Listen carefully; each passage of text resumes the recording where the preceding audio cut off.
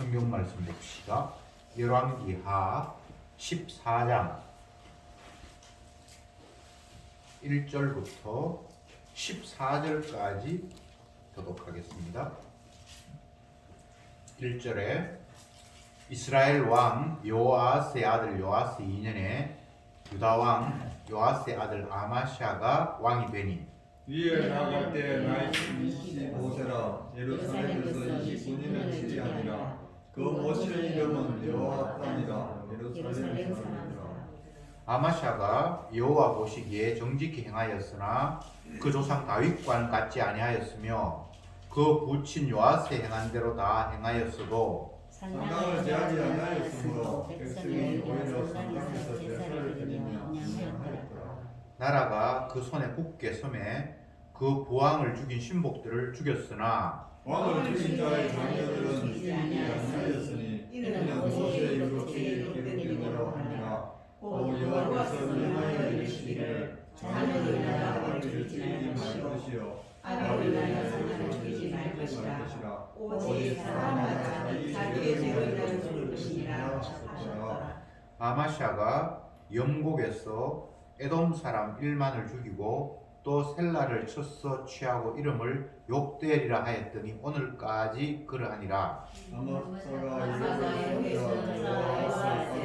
이스라엘 왕 요아스에게 사사를 보내되 오라 우리가 대면하지 않았느니라. 이스라엘 왕 요아스가 유다 왕 아마샤에게 보내어 이르되 레바논 가시나무가 레바논 백향목에게 보내어 이르기를 네 딸을 내 아들에게 주어 아내를 삼게 하라 하였더니 레바논 들짐승이 지나가다가 그 가시나무를 밟았느니라. 너가 이것을 사하였으므로 마음이 교만하였으니 스스로 영광을 삼아 공연하라. 어찌하여 발을 자취하여 너의 유다가 함께 마음하느냐. 아마샤가 듣지 아니하므로 이스라엘 왕 요아스가 올라와서 유다와 아마샤로 더불어 유다의 벳세메스에서 대면하였더니 유다가 이스라엘에서 패하여 각기 장막으로 도망하니라. 이스라엘 왕 요아스가 벳세메스에서 아시아의 손자 요아스의 아들 유다 왕 아마샤를 사로잡고 예루살렘에 이르러 예루살렘 성벽을 에브라임 문에서부터 성 모퉁이까지 400규빗을 헐고 또 여호와의 전성과 왕궁 곳간에 있는 건물과 모든 능력을 취하고 또 사람을 홀로 잡아가지고 사마리아로 돌아가라. 아멘. 본문의 내용은 유다 왕, 남쪽 유다 왕 9번째 왕이었던 아마샤에 대한 기록을 하고 있습니다. 이스라엘이 남북으로 나누어지기 전에는 첫 번째 사울 왕, 두 번째 다윗 왕, 세 번째 솔로몬 왕이었잖아요. 그 솔로몬 아들 네 번째 르호보암 때에 와서 나라가 남과 북으로 나누어졌는데 그 분열될 때 그걸 일대로 쳐서 지금 여기 아마샤는 9번째 왕이 됩니다. 남쪽은 20번째 왕까지 가고 북쪽은 19번째 왕까지 가서 나라가 완전히 멸망을 하는데 전체적으로 이스라엘의 왕 시대 사울부터 해가지고 마지막 시드기야 왕까지 바벨론 포로 가기 전까지를 약 400년 정도 왕권을 유지를 했습니다. 물론 이 나누어진 쪽은 훨씬 더 일찍 망했습니다만 최대한 끝까지 가는 그쪽을 이야기해보면 시작부터 약 400년 정도 왕의 시대가 이스라엘에 있었다. 이렇게 이제 상식적으로 우리가 이해를 하면 좋을 것 같습니다. 지금 9번째 분열된 고 난 이후에 남쪽의 9번째 왕 아마샤가 25세의 왕이 되어서 29년을 통치했다. 그렇게 하니까 이제 50 몇 세 중반에 이제 죽은 건데 성경에 어떻게 평가를 했는가 하면 여호와 보시기 정직히 행했다. 그렇지만 다윗과 같지는 않았다. 왜냐하면 산당을 제거하지 못했고 그렇게 해서 백성들이 그 산당에서 제사를 지냈다. 이렇게 얘기를 하고 또 그가 25세 아버지가 죽고 살해당했습니다. 갑자기 이제 젊은 나이에 왕이 되니까 초반에는 좀 혼란했겠죠. 그러나 조금 지나서 나라를 안정시키고 난 이후에 아버지를 죽인 신하들을 잡아서 다 쳐버렸다. 그렇지만 그 자녀들은 진멸하지 않았다. 이것은 모세 율법에 의하면 아버지 죄 때문에 자녀까지 죽이는 것은 합당하지 않다고 했기 때문에 율법을 지키는 차원에서 그렇게 했다. 보통의 경우는 그 씨까지 다 말려버리죠. 보복할까 싶어서. 왕권은 대부분 그렇습니다.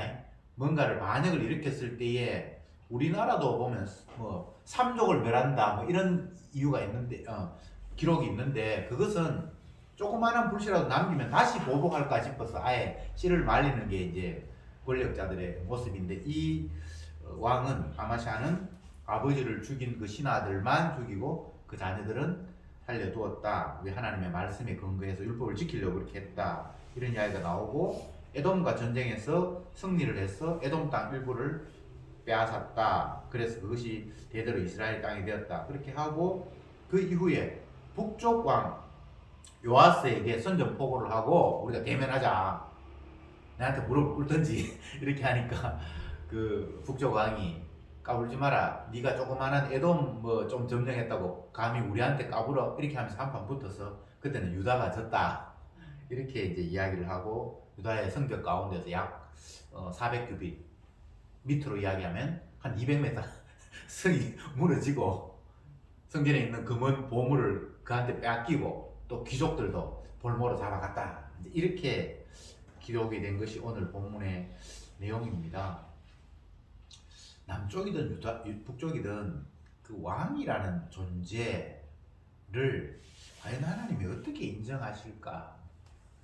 우리는 성경을 보면서 이 성경은 어떤 식으로 예수 그리스도를 보여주고 나타낼까라는 것으로 초점을 이제 맞춰야 되잖아요. 모든 성경은 예수에 대해서 기록한 거니까 그냥 왕 이야기 뭐 왕 이 사람 아마샤 이야기하면 아마샤가 이랬다라고 끝나버리면 그건 성경이 아니잖아요. 모든 성경은 예수에 대해서 증거하는 거기 때문에 이 아마샤의 이야기 속에 예수님의 어떤 모습을 말하고 싶어서 이런 것들을 기록했을까라는 식의 접근을 할 수밖에 없잖아요. 성경이니까. 제가 유다 왕 국가 이스라엘의 왕 제도가 서고 난 이후에 짧게 끝난 북쪽 이스라엘 말고 길게 간 유다까지를 다 합쳐서 약 400년 정도의 왕권의 시대가 있었다라고 제가 말씀을 드렸는데 왕의 제도를 허락한 것 자체가 사실은 하나님이 기뻐서 하신 건 아니에요. 백성들이 하나님을 왕으로 생각하지 않고 다른 나라처럼 우리도 왕이 있었으면 좋겠습니다 했어. 하나님께서 그래 과연 너희들의 생각이 맞는지 한번 내가 왕을 줘볼게 라고 해서 왕을 주었고 결과적으로는 그들이 원하는 나라가 안 되고 이방 나라에게 포로 잡혀가서 나라가 끝나버리는 약 400년의 왕권을 유지하다가 끝나버리는 그런 모습을 취하게 되죠. 왕권이 400년을 간다는 게 그렇게 긴 건 아니에요. 세상의 역사를 보면 우리나라도 뭐 신라 같은 데 1000년 정도 갔고 로마는 그보다 훨씬 더 긴 왕권을 유지했고 400년이라는 건 그렇게 긴 건 아닙니다. 물론 그보다 더 짧은 왕권도 있습니다만 근데 이제 이 기간 열왕기는 왕들의 기록이니까 이 왕들의 기록을 쭉 이제 뭐 이 사람은 이랬다 저 사람은 저랬다 뭐 어떤 사람은 여호와 보시기에 정직히 행했지만 어땠다 여러 왕들이 있는데 결론적으로는 다 죄인이에요. 오늘 이 본문에 기록된 아마샤라는 인물도 초반에는 긍정적인 평가 여호와 하나님 보시기에 정직히 행했다 그렇지만 산당은 제하지 못했다. 근데 뒷부분에 넘어가면 이제 교만해서 쓸데없이 북쪽 이스라엘과 전쟁을 벌이고 거기에서 패하고 성이 무너지고 성전의 보물 빼앗기고 많은 사람들을 인질로 빼앗기고 막 이런 것들을 보면서 요 열왕기 하에는 오늘 본문에는 아마샤가 되게 안 좋은 쪽은 별로 기록하지 않았는데 역대기에 가면 교만했고 뭐 이런 게 쫙 나와요. 그러니까 이제 여기서 하고 싶은 이야기는 뭔가 하면 그냥 인간은 고만고만하다는 거예요. 다 죄인이라는 거예요. 훌륭한 본들 잠깐 빠딱 괜찮게 하는 것 같다가 또 상황이 좋아지고 하면 교만해서 뚱뚱하게 전쟁을 벌이게 되고 나중에 우상숭배까지 한다고 역대기에는 기록하고 있는데 여기는 기록 우상 숭배하는 이야기는 기록되어 있지 않습니다. 쉽게 이야기하면 죄인일 수밖에 없는 인간, 열왕들에 대한 기록을 쭉 하면서 다 죄인이야, 이들 똑같은 죄인이야 라고 기록하고 있습니다. 물론 북쪽의 왕과는 남쪽의 왕이 차이가 있는 것은 여기서 하나님께서 약속하신 다윗의 가문을 통해서 그 왕권을 빼앗기지 않겠다라는 하나님의 긍휼이 있는 반면 북쪽 이스라엘은 그런 게 없어요. 그래서 그냥 여로보암의 죄를 본받아서 악했다라고 그냥 처음부터까지 그렇게 표현하고 끝나버리죠. 다시 말씀드립니다만 이스라엘의 왕 개인적으로 조금씩 차이가 있을 수는 있지만 전체적으로 보면 죄인일 수밖에 없는 인간이었다라는 것.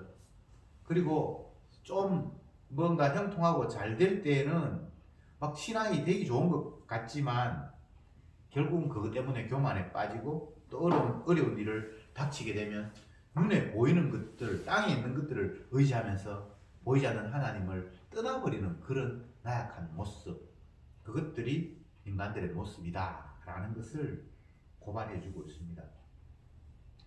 이스라엘의 왕의 역사를 호세아 선지자는 한마디로 하나님의 뜻을 이렇게 표현했습니다. 이걸 한번 찾아볼까요? 호세아 13장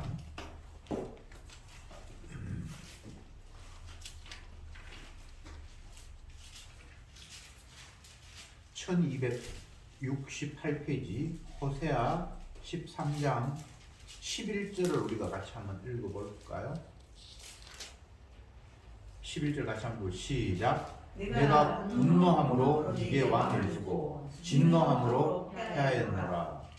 이스라엘의 왕의 역사를 호세아 선지자는 한마디로 하나님 뜻을 전하면서 하나님이 화가 나서 왕을 줬는데 더 화가 나서 없애버렸다. 참 끔하죠. 출발 자체도 하나님 뜻이 아니었고 그들이 원했으니까 너희들 왕 되면 나라 행복할 것 같지? 그래 한번 세워봐. 근데 하나님은 역시 개판이거든. 그래서 하나님께서 그 나라 자체를 아예 없애버렸다라는 것입니다. 이것을 이스라엘의 역사라고 범위를 좁히지 말고 확대해서 이 땅에 있는 모든 인생의 역사, 인간의 역사를 한마디로 이렇게 정리하면 됩니다. 하나님은 분노를 살 수밖에 없어서 그냥 진멸의 대상인 것을 하나님께서 확인시켜 주셨다. 인간의 한평생 범위를 좁혀서 여러분의 일생 죄로 얼룩져 있고 하나님은 도저히 참지 못해서 여러분을 죽이신다. 죄의 사건 사망입니다. 이렇게 집약할 수 있겠습니다. 인간은 다 그래요.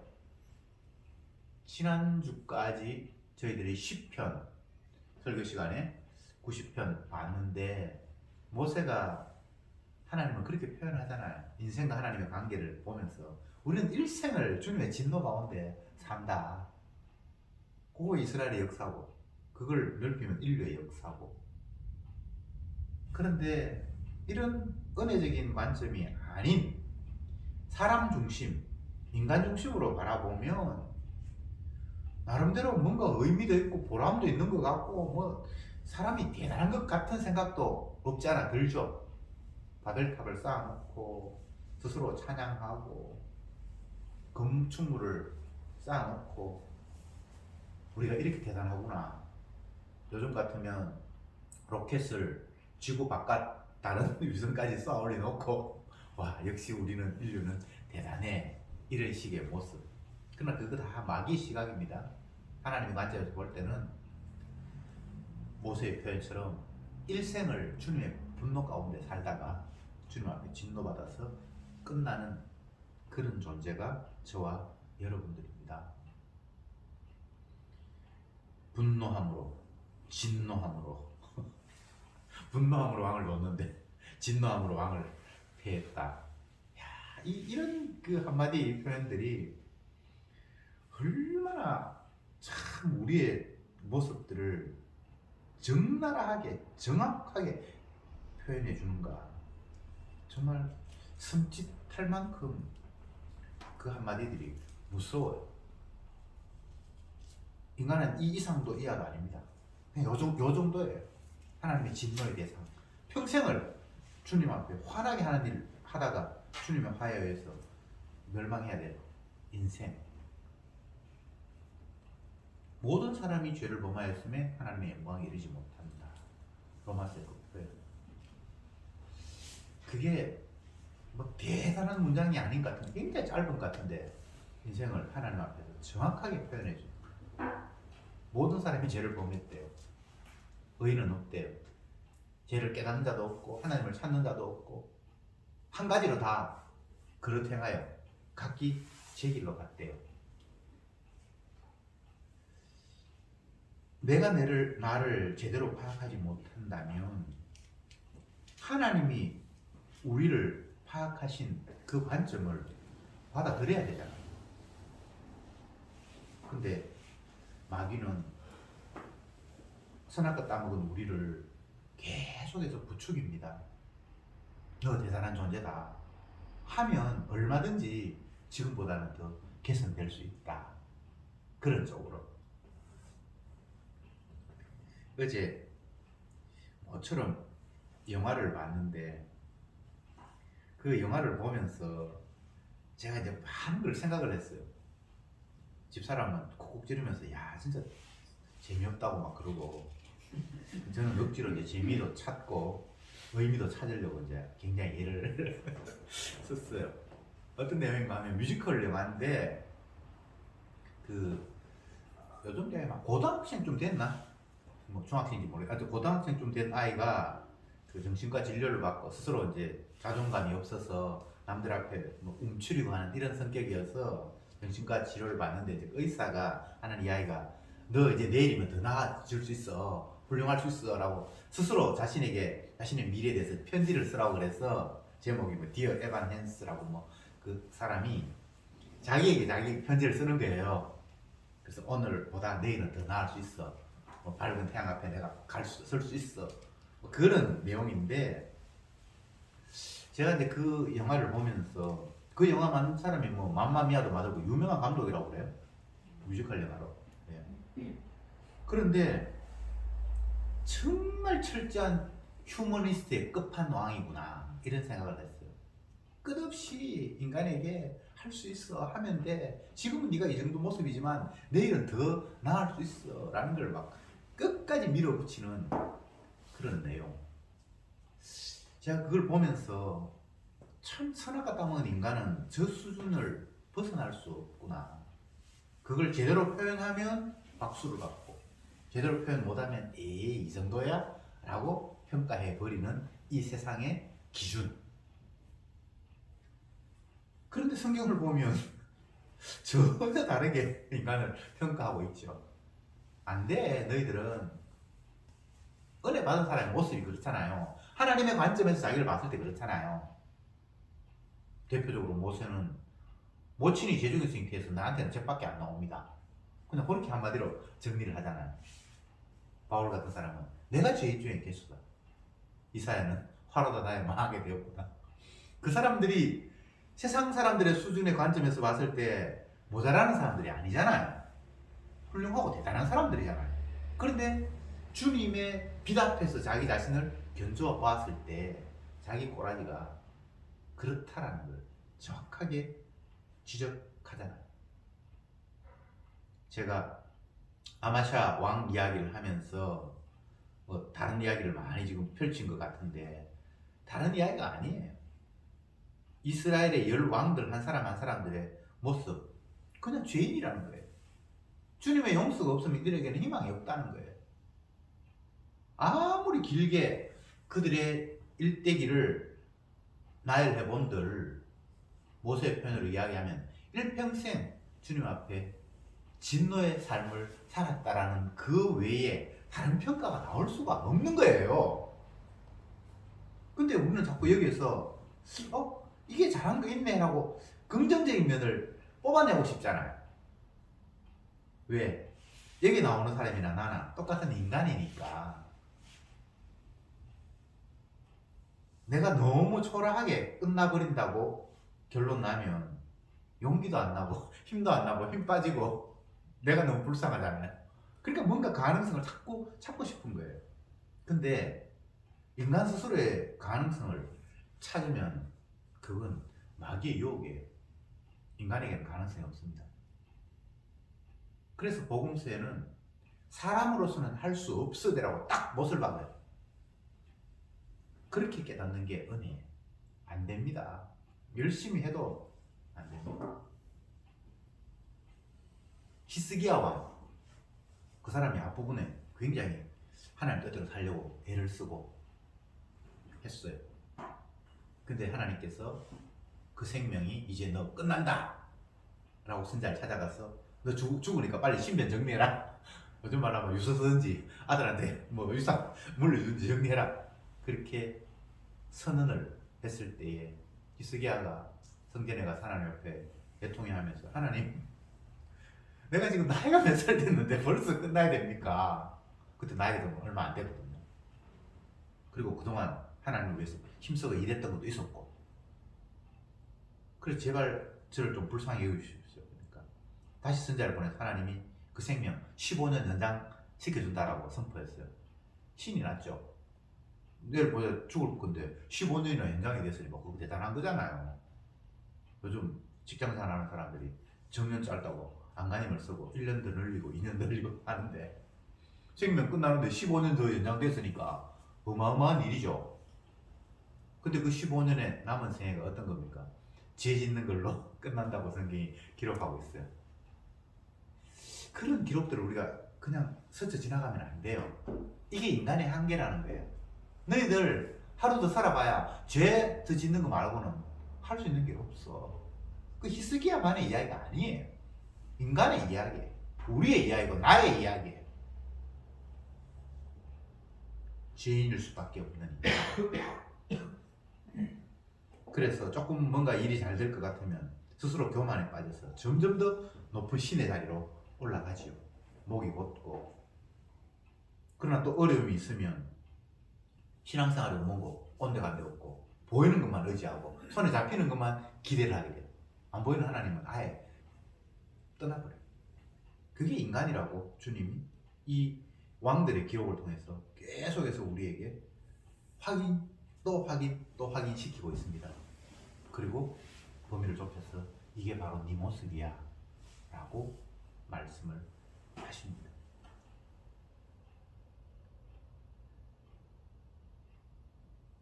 이스라엘 왕 가운데 그래도 인간의 수준에서 칭찬받을 만한 사람은 다윗이거든요.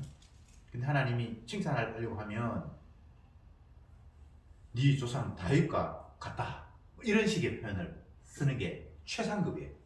최상급. 근데 우리가 아는 바대로 다윗은 죄인이잖아요. 바세바의 그 아름다움에 취해서 그 남편을 죽이고 또 나라가 어느 정도 부강해지니까 인구수 헤아리면서 자기 스스로를 한번 점검해 보려고 그러고 하나님 앞에 매맞고 이런 모습이 성경에 나타난 인물 다윗의 모습이잖아요. 그런데 왜 하나님은 다윗을 기뻐하고 칭찬했을까? 다윗의 죄를 칭찬한 게 아니에요. 그 다윗이 자기 자신이 안 된다라는 사실을 깨닫고 고백하죠.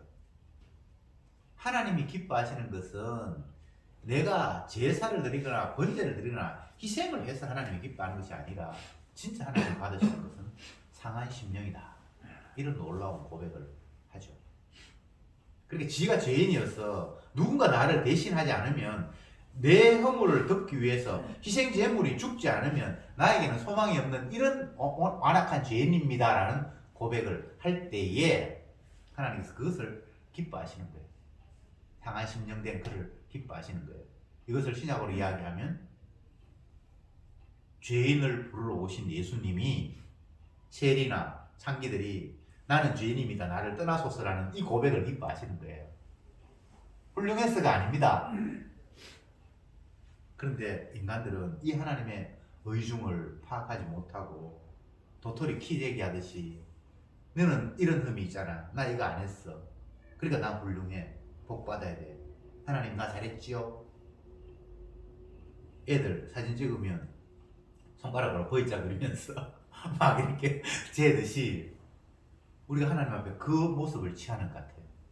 주님, 나 요건 잘했잖아요. 요건 잘했잖아요. 떡 하나 더 주세요. 근데 주님이 우리를 잘한 거 칭찬하시려는 그런 분이 아니잖아요. 다윗의 고백처럼 상한 심령이 돼야 되잖아요. 죄인을 부르러 오신 예수님을 찾아가야 되잖아요.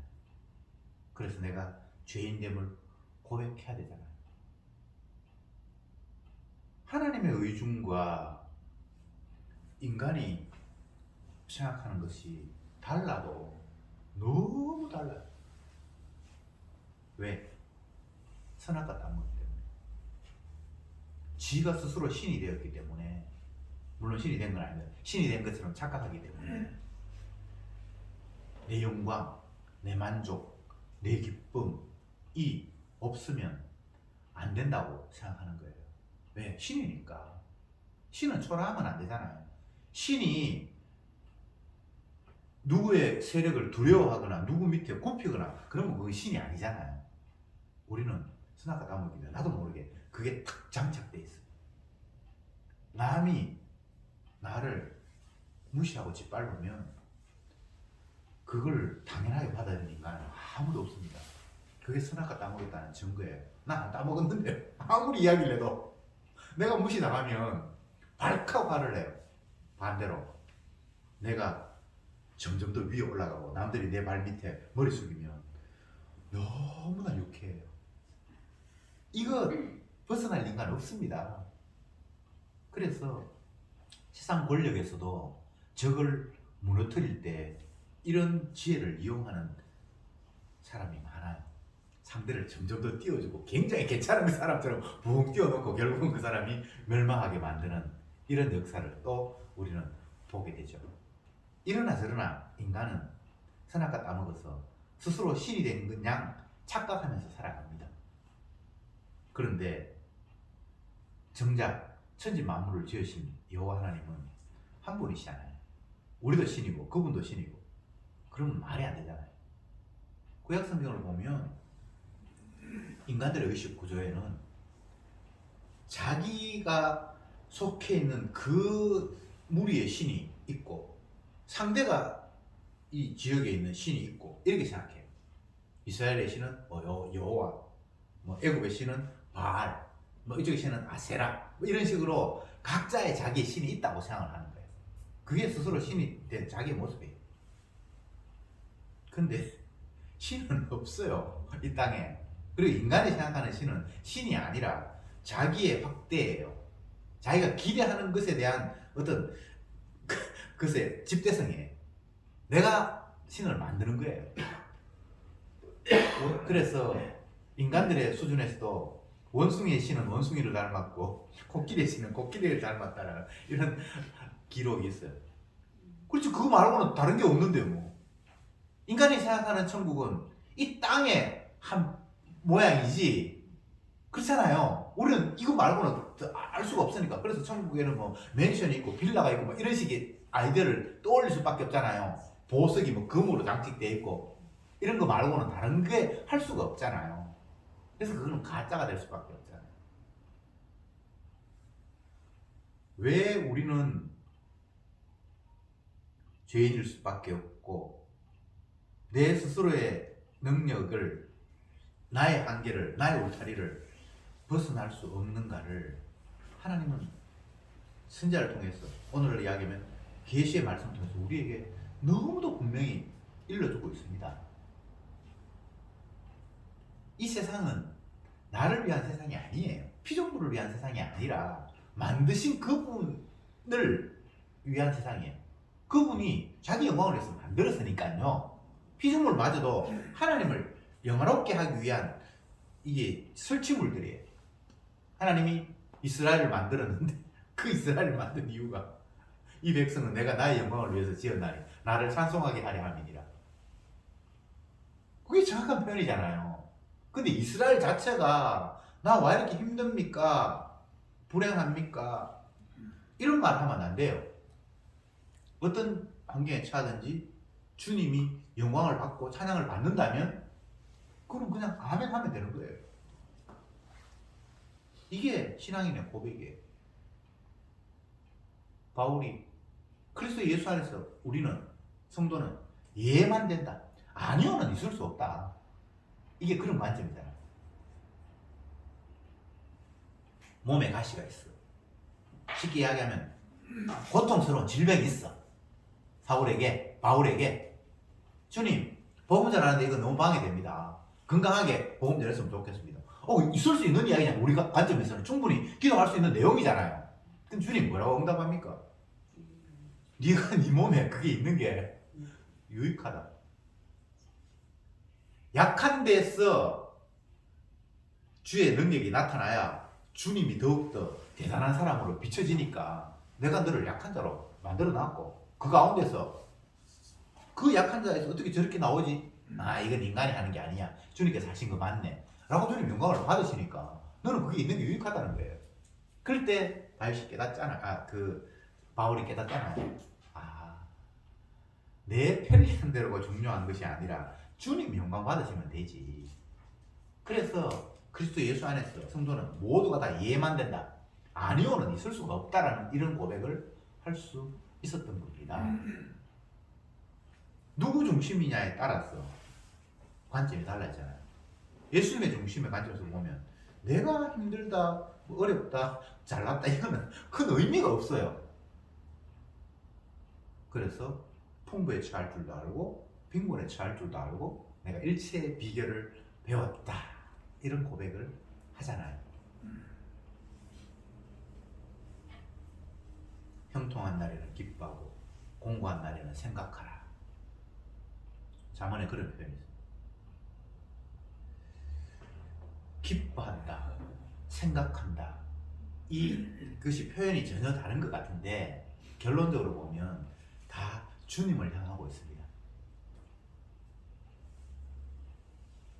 공고한 날에 기뻐할 수는 사실 없잖아요. 생각하는 거죠. 왜 이렇게 이런 일이 당했을까? 따지고 보니까 주님이 자기 하시는 일을 위해 나를 이렇게 낮추셨구나. 욕으로 이야기하면 많은 재산 하루아침에 다 잃게 되고 자녀들마저 죽고 아내는 남편을 저주하고 멀쩡한 몸이 병들어서 만신창이가 되고 이런 환경에서 기뻐한다는 건 거짓말이잖아요. 그때 이제 생각해야 됩니다. 공부한다는 생각한다는 말이 형통한다는 기뻐하죠. 뭐 일이 잘 되니까 하나님 감사합니다 하죠. 그거는 뭐 일상이에요. 그 특별한 건 아니에요. 그런데 공부한 날에 생각한다는 것은 기뻐할 수는 없으니까 왜 이런 일이 일어났지? 라고 곰곰이 생각해 보니까 하나님께서 자기 하시는 일을 드러내기 위해서 이렇게 해줬구나. 그러면 그 가운데서도 하나님을 찬양할 수 있죠. 주님의 말씀은 오로지 자기 자신의 주되심을 드러내는 쪽으로 모든 것들이 다 방향이 가 있어요. 나는 내 영광을 피조물에게 주지 않는다. 나는 홀로 영광을 취하시는 분이다. 라고 이미 선언을 하셨기 때문에 피조물의 영광은 생각하면 안 돼요. 나의 영광은 생각하면 안 돼요. 야, 이번 일이 일어났는데 나도 수고했는데 왜 네 혼자 다 영광 받냐?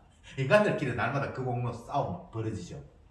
요즘 대통령 선거한다고 뭐 줄을 서는데 선대위원장 누가 하느냐 막 그것 때문에 어느 당은 뭐 찢고 뽑고 싸우고 이제 난리가 나는데 내 혼자 대장 돼야지. 누구 같이 투톱, 쓰리톱 이렇게 되면 안 돼. 뭐 이런 식의 일을 막 하고 있잖아요.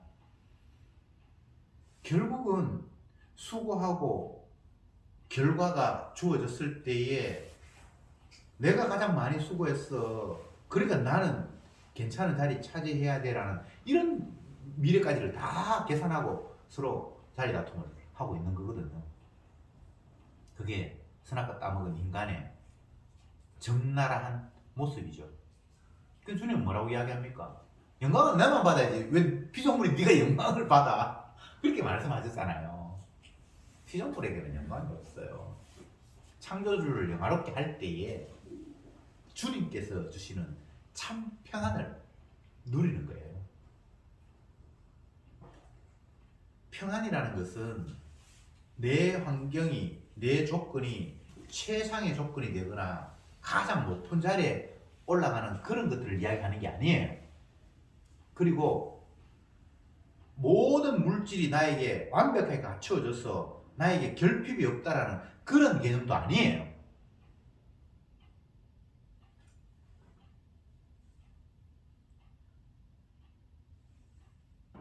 왕궁에서 진수성찬을 날마다 먹는 것보다 나물만 먹어도 평안하다면 그게 더 좋은 거다. 뭐 이런 식의 표현이 성경에 있어요. 세상적으로 보면 왕궁에서 진수성찬을 먹으면 그보다 더 좋은 게 없을 것 같은데, 그냥 초라한 집에서 나물만 먹어도 하나님이 평강을 주시면 왕궁에서 진수성찬을 먹는 것보다 더 평안한 게 피조물인 우리의 모습이에요. 이제 결론을 맺겠습니다. 아마샤는 죄인입니다. 우리도 죄인입니다. 스스로 잘해서 칭찬 들을 수 있는 그런 인간이 아닙니다. 그러면 어떻게 해야 되는가? 결국은 내가 죄인인 걸 고백하고 죄를 용서하시는 주님을 바라보는 것 말고는 다른 방법이 없죠. 이스라엘에게 있어서 정말 절대절명 필요한 것은 우리가 왕을 세우고 다른 나라처럼 한번 잘 살아보겠다는 이 자체가 주님 앞에 교만한 죄인이었군요라고 고백한다면 그가 진정 주님의 사랑받는, 주님을 영화롭게 하는 제대로 된 왕의 모습이겠죠. 우리는 이 땅을 살면서 내 스스로의 가치와 보람과 의미를 내가 생산할 수 있는 그런 존재가 아닙니다. 주님이 우리를 그렇게 지은 게 아니에요. 우리는 죄인이기 때문에 주님의 죄 용서가 아니면 안 된다라는 그런 목적 때문에 지원받았어요. 그래서 우리의 죄를 대신하시고 우리의 허물을 덮어주기로 하시고 그것으로 자기의 사랑을 극대화시킨 예수님의 그 십자가의 사랑, 그것만 바라볼 때에 주님이 정말 피조물을 지은, 우리를 지으시고 이스라엘을 지으시고 그를 통해서 영광을 받겠다고 하는 그 모습을 그대로 드러내는 유일한 방법입니다. 기도합시다. 주님 감사합니다. 오늘도 계시의 말씀을 통해서 우리의 죄인된 모습을 아마샤 왕을 통해서 다시 한번 확인했습니다. 어떤 일을 해도 인간이 볼 때에, 사람의 수준에서 볼 때에 칭찬 들을 만한 일이 있다 할지라도 그것이 주님 앞에는 허물과 죄일 수밖에 없는, 태생적으로 우리는 죄인임을 고백합니다.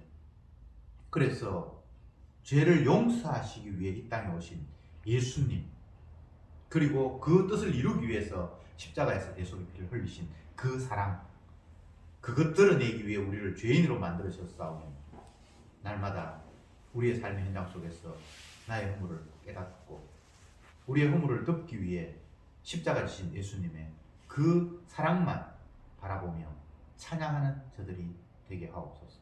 예수님의 이름으로 기도드립니다. 아멘.